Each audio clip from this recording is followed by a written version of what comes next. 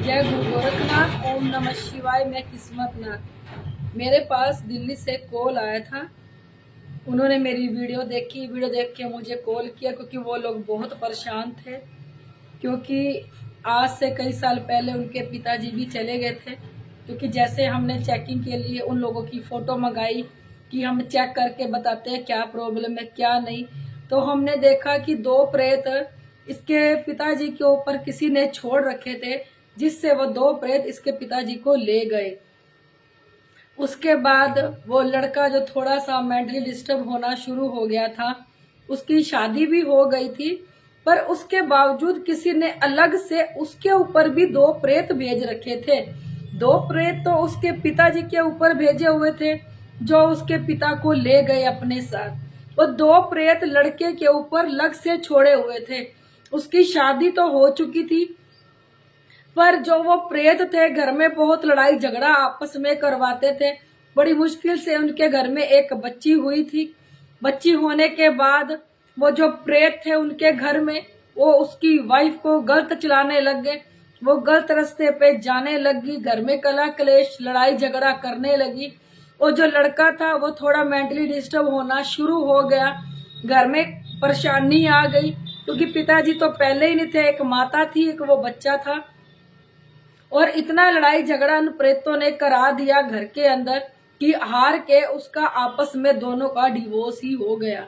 जो उनके घर में एक बेटी हुई थी वो उसकी वाइफ लेके चली गई। तो उन्होंने कई जगह धक्के खाए। जोतराम बाबा के, उन्होंने किसी ने बताया कि जोतराम बाबा के पास जाओ, उनके नाम की जोत जगाओ, घर में जाप करो, पाठ पूजा करो। तो वो जोतराम बाबा की जोत भी जगानी शुरू कर दी, घर में पाठ पूजा भी करी, पर उनको कहीं से भी आराम नहीं आ रहा था। उनकी माताजी को भी दबाव आ रहा था, वो भी रात को दबती थी सोई हुई। उनके घर में प्रेत ज्यादा हावी हो चुके थे। फिर हम लोगों ने उनका उतारा किया, और उनकी माता के ऊपर एक गंदी चुड़ैल भी थी, जो रात को बहुत दिक्कत देती थी, उन्हें बहुत परेशानी करती थी उनको। तो वो इतनी सूक्ष्म से सूक्ष्म होके उनकी बॉडी के अंदर बैठी हुई थी वो चुड़ैल भी। तो फिर हम लोगों ने उनका उतारा किया। उतारा करने के बाद उनकी चीजें उतारी। 2 प्रेत थे वो उतारे, जो उनकी माता के ऊपर चुड़ैल थी वो उतारी। तो वो उतारने के बाद वो लोग गद्दी से जुड़ गए। 1.25 महीने की हमने उनको सेवा बताई। 1.25 महीने की सेवा करने के बाद वो लोग यहाँ माथा टेकने के आए खुशी खुशी, और वो कहने लगे कि आप लोगों की वजह से हम लोग बच गए। क्योंकि वो जो प्रेत थे उसके दिमाग के ऊपर बैठ के उसके दिमाग को भी खराब कर रहे थे।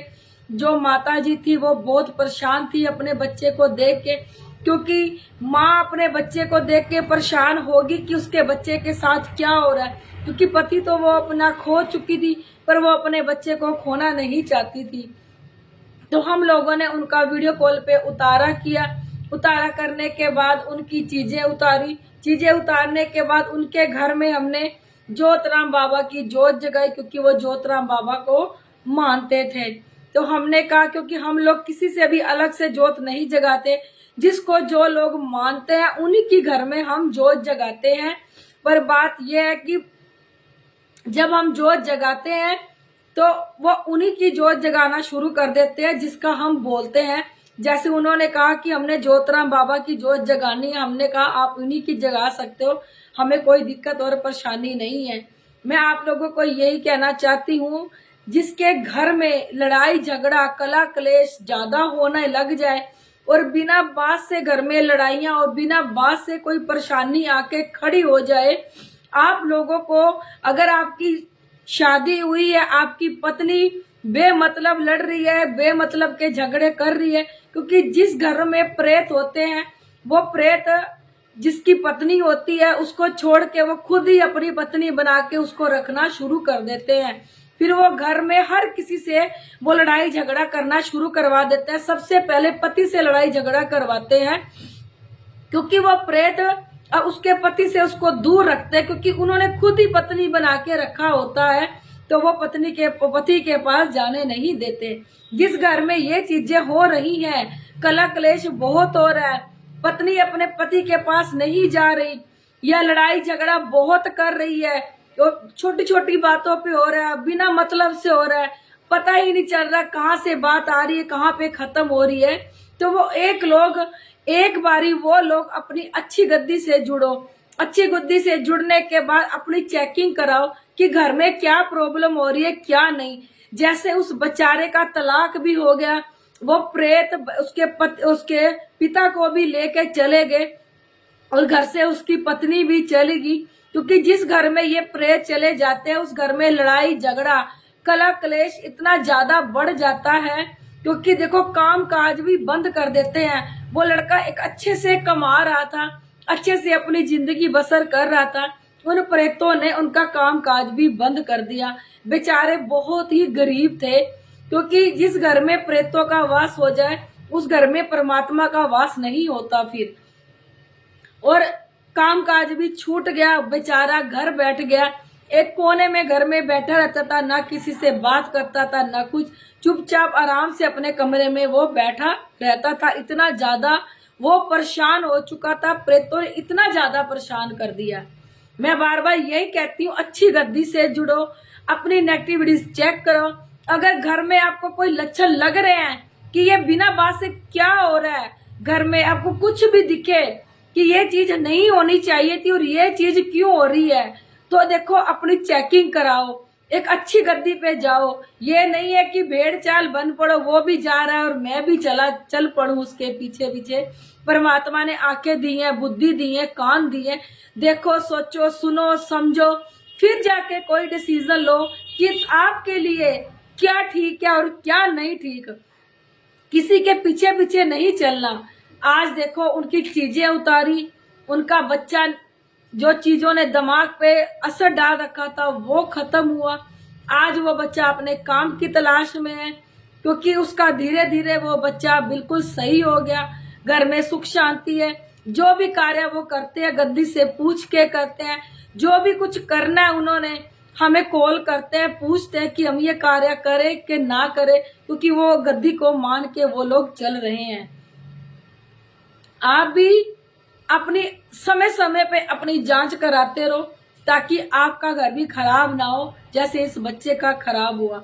मैं अपनी हर वीडियो में कहती हूँ, इसमें भी कह रही हूँ, यहाँ गुरु गोरखनाथ और भोलेनाथ साक्षात प्रकट हुए थे। यहाँ पे हर सूक्ष्म से सूक्ष्म चीज को देखा जाता है, जो हमारी बॉडी में, हमारी नसों में, हमारे खून में रम जाती है और हमारे साथ गंदा काम होने लग जाता है। अनेक बीमारियां लग जाती हैं, स्वप्न में हम दबने लगते हैं, सोए सोए हमके ऊपर दबाव पड़ना शुरू हो जाता है, चलता फिरता बीमारियों का घर बन जाता है। जब हम डॉक्टरों के पास अपनी चेकिंग करवाने के लिए जाते हैं कि हमारा चेकअप कर दो, तो डॉक्टर रिपोर्ट में लिख देता है कि ये चेक ये करवा के आओ, एक्सरे ये अल्ट्रासाउंड करा के आओ। वो बहुत सारे चेक लिख देते हैं, जाके करवाओ, पर रिपोर्टों में कुछ भी नहीं आता। रिपोर्टें सभी नॉर्मल आती है, क्योंकि ये भूत प्रेत अंदर ही अंदर अपनी बॉडी को खोखला कर देती है और पता भी नहीं चलता।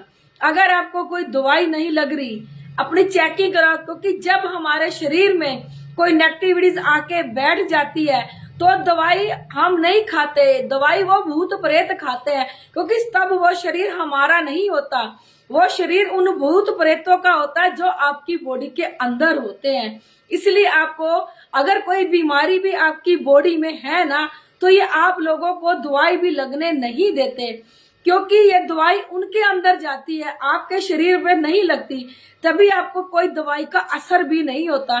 फिर आप लोग सोचते हो इतनी दवाइयां खा ली, हमें कोई असर नहीं हो रहा, एक डॉक्टर के पास जा, दूसरे के पास जा, दूसरे को छोड़ तीसरे के पास जा, पर किसी भी डॉक्टर को कुछ भी समझ में नहीं आएगा कि आपके साथ क्या हो रहा है क्या नहीं। रिपोर्टें आपकी नॉर्मल आएगी, दवाई कोई भी डॉक्टर जो आपको लिख के देगा वो आप लोग खाओगे, वो आप नहीं खा रहे। जो दवाई भी आप कर रहे उस आत्मा के पास जा रही है जो आपकी बॉडी में है। इसलिए आपको कोई दवाई लगती, कहीं आपको आराम नहीं आता, तो जाके अपना चेकअप करवाओ कि हमारे साथ क्या हो रहा है क्या नहीं। ये ना कि चुप करके बैठ जाओ, कोई बात नहीं ठीक हो जाएगा, ऐसे ठीक नहीं होने वाला। अपनी चेकिंग कराओ, अपने आप को चेक कराओ, अच्छी गद्दी से जुड़ो, अगर आप लोगों को मेरी वीडियो अच्छी लगती है, इसे लाइक, सब्सक्राइब और शेयर जरूर कर दिया करो।